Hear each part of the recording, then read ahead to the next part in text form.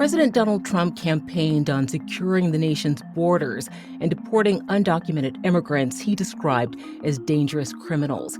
Since taking office, his administration has pursued an aggressive enforcement agenda, deploying ICE agents, conducting workplace and neighborhood sweeps, and ramping up deportations. As a result, migrants planning a new life in the U.S. are increasingly reconsidering the risky trek north. Welcome to USA Today's The Excerpt. I'm Dana Taylor. Trump's crackdown on undocumented migration is now contributing to a reversal of flows in Mexico and Central America. Longtime immigration reporter Daniel González of the Arizona Republic traveled to Mexico's southern border and to Panama to speak with migrants reevaluating their American dream. Daniel, thank you so much for coming on The Excerpt. Thank you so much for having me. Let's start with what border crossing numbers look like now. How drastic is the change at the U.S.-Mexico border? Impact at the southern border is very, very dramatic. I've been writing about immigration here in Arizona for 25 years, and I've never seen a situation like we're having now where there's so few people crossing. We visited the border extensively back in April, and there were hardly any migrants crossing at all. It's a very, very remarkable, dramatic decrease in migration following record numbers of encounters that were taking place during the previous 4 years. Just to give you an example, in August of 2023, border-wide, there were 232,000 encounters of undocumented people along the southern border. In August of this year, there were 9,000. So it gives you an idea of what a tremendous decrease we're seeing at the border in people attempting to enter the United States, either asylum seekers or people trying to come in illegally. Daniel, not only has migration slowed, but it's even reversing with many would-be border crossers turning around and going back south. Where are they going? Are they returning to their home countries? Well, when we visited the southern border of Mexico and Panama, we came across this growing new phenomenon of people headed south. The people who are headed south include migrants who had been on their way to the United States, heard about the shutdown. They heard about migrants who crossed illegally being arrested and prosecuted on criminal charges. They've seen the footage of some of the aggressive ICE arrests taking place in cities around the country, and they decided that it wasn't worth it for them to continue on their journey to the United States. Many of the migrants who were headed to the United States came from very specific countries, predominantly Venezuela, Cuba, and Haiti. And the migrants that we met who were en route were now trying to get back to either Venezuela or to another country in the region where they felt like they could try to maybe make a better life. I want to talk about the people you spoke with, many of whom were hoping to come to the U.S., some even selling everything they had to try and come north. Tell us about one of them. When I arrived in Panama, we drove up to this basically a small little pier of fishing boats. And there were all these people gathered there, and they all had these plastic bags. And what they were doing is they were getting ready to board these fishing boats to head back to Colombia, then back to Venezuela. And I came across a younger man, and maybe he was late 30s, and he was with his father, who was in his 60s. And then they were with their extended family. There was a total of 9 people. And what had happened to them is that they were trying to get to the United States.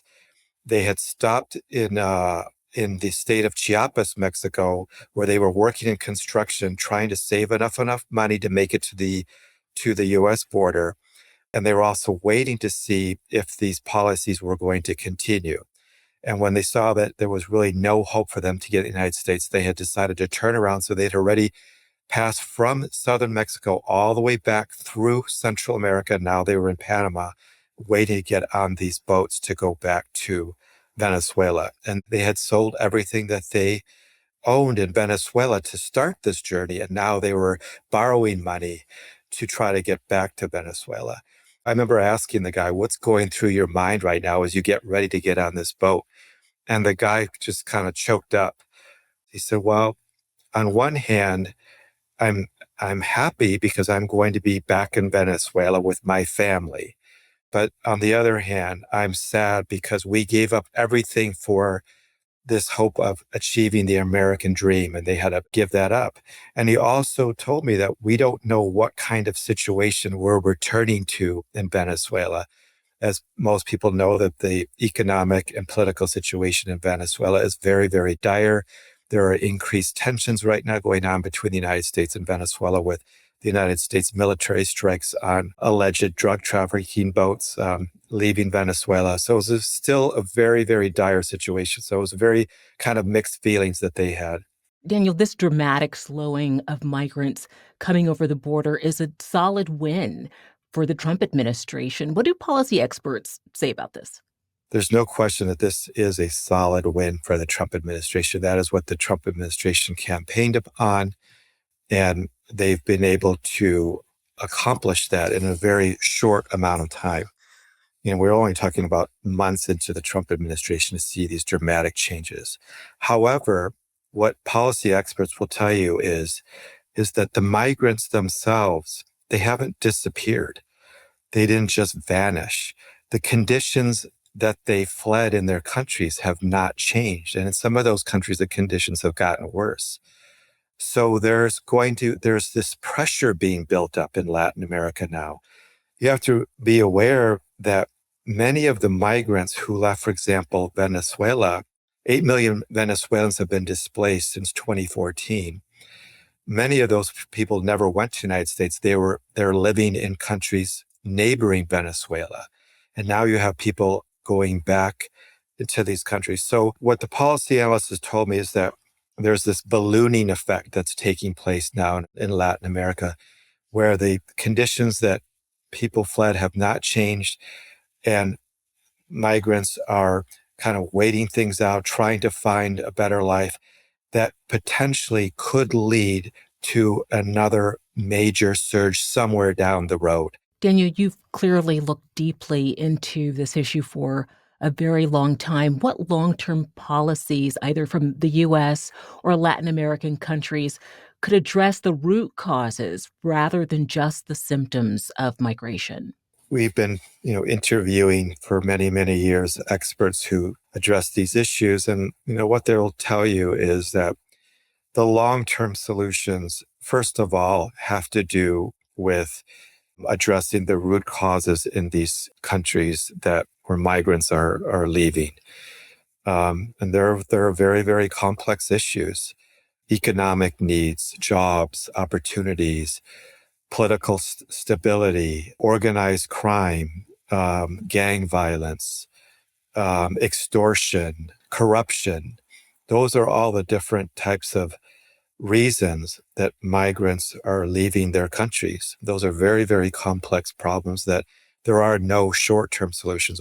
Those are solutions that have to be addressed over years and decades. And if anything, what we're seeing now is kind of a backsliding of that, because many of those countries have been receiving millions of dollars of aid from the United States that has now been eliminated, decimated by the Trump administration, that were meant to provide some kind of stability in those countries, some kinds of, job opportunities and security. And then the other long-term issue is that what experts will tell you is that many, many sectors of our economy are heavily dependent on immigrant labor, sectors like construction, hospitality, agriculture work, caregivers, elder care. But currently, our immigration system does not have clear opportunities for people who want to come and fill those labor needs. People always say, well, people just need to come, the legal way. Well, the legal way in the United States right now is you either have to have someone who's in the United States who is a legal permanent resident or a U.S. citizen who can sponsor you, or there has to be an employer who can sponsor you. Those are the main ways to come to the United States legally. if you are like many of the migrants who are coming to the United States and just want to come here for a chance to build a better life, for the most part, those opportunities do not exist. You've covered the border for many years, as we've said. You've seen multiple administrations try to tackle the migration issue. How does this moment compare to previous shifts you've witnessed, like the caravan years or Title 42 expulsions? Well, different administrations, both Democratic and Republican, have tried different, solutions for addressing the border. And oftentimes, the main way that the border is addressed is primarily through an enforcement only lens. And that's been done by both Democrats and Republicans. For example, under the Clinton administration is really when we started to see the border become much more fortified under Operation Gatekeeper and Operation Hold the Line. But what we're seeing now is no question the most dramatic, tough stance towards migration, where access to asylum at the border has been, almost completely shut down, where we're seeing border-wide consequences to people who cross the border, including asylum seekers, where they're arrested and prosecuted. The aggressive stance by ICE throughout the United States that we're seeing in cities like Chicago and Los Angeles. We have not seen that to this scale before. And also that this is really just the beginning. Under the so-called Big Beautiful Bill, there are tens of billions of dollars that will be devoted to immigration and border enforcement in the coming years. So really, we're just seeing the beginning of a much wider crackdown at the border and of immigration. We're going to see the hiring of thousands of more Border Patrol and ICE agents, and also the tremendous expansion of ICE detention facilities that will put in place the machinery to do much more larger scale immigration enforcement.